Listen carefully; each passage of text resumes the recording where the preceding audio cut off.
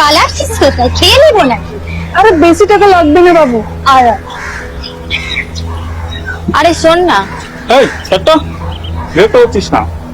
বলুন বাবু, কি লাগবে? দেখছি বিদেশি সব আছে। না মানে আমি না একজনকে খুঁজছিলাম, আর উনি এখানেই থাকেন। এখানে তো কেউ কাউকে খুঁজতে আসে না বাবু, সবাই বাছাই করতে আসে। চলো দেখুন যদি পান। দাঁড়া।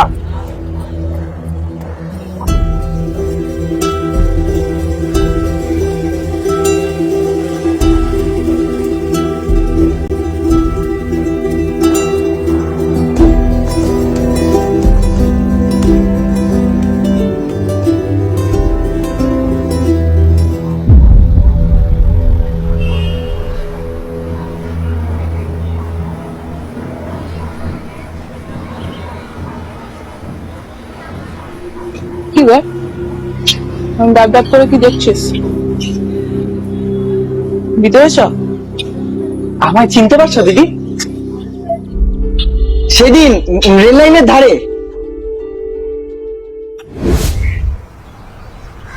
ও ভাই, বলি মরতে এসছো নাকি?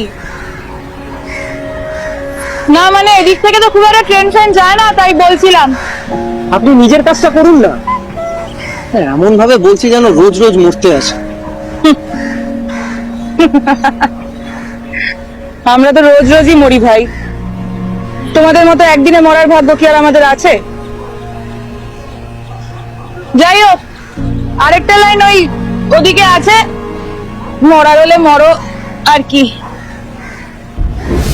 তুমি তো আমার জীবন বাঁচিয়েছিলে গো।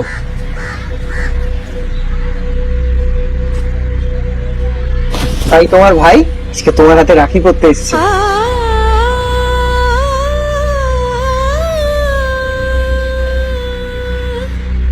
তুমি তোমার ভাইকে রাখি পরাবে না?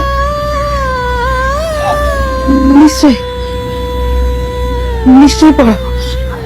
এসো ভাই, ভেতরে এসো।